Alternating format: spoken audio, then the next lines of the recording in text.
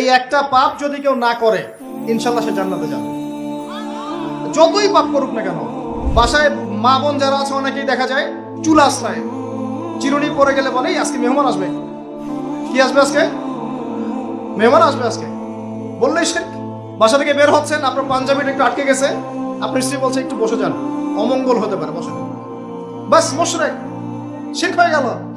মুসলিম সমাজে রন্ধ্রে রন্ধ্রে শিরক। এখন রাস্তাঘাটে উঠতে বসতে পেপার পত্রিকা খুললেই শিরক।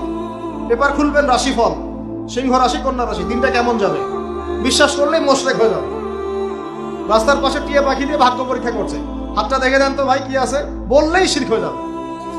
আংটি বিক্রি করছে, আংটি পরলে রোগ ভালো হবে, হাতে দিল রোগ ভালো হবে এই উদ্দেশ্যে, মুশরিক। হাতে দিয়েছে রোগ ভালো হবে, আমার ডায়াবেটিস ভালো হয়ে যাবে, বিসমিল্লাহ, ব্যাস মুশরিক। এই আকীদা নিয়ে পড়লেই মুশরিক। মুসলিম সমাজে অহরহ শিরক আছে। আর আবু জেহেলের যুগে কি ছিল ভাই? আবু জেহেলের যুগে অনেকদিন বলেছি মেজর 5টা সমস্যা ছিল। কয়টা? মেজর 5টা, মাইনর সমস্যা অনেক, মেজর 5টা। এক, আবু জেহেলের যুগের বেশিরভাগ মানুষ শিরক করতো। কি করতো ভাই? লাত, উজ্জা, হবল, মানাত এইসব মূর্তি পূজা করতো।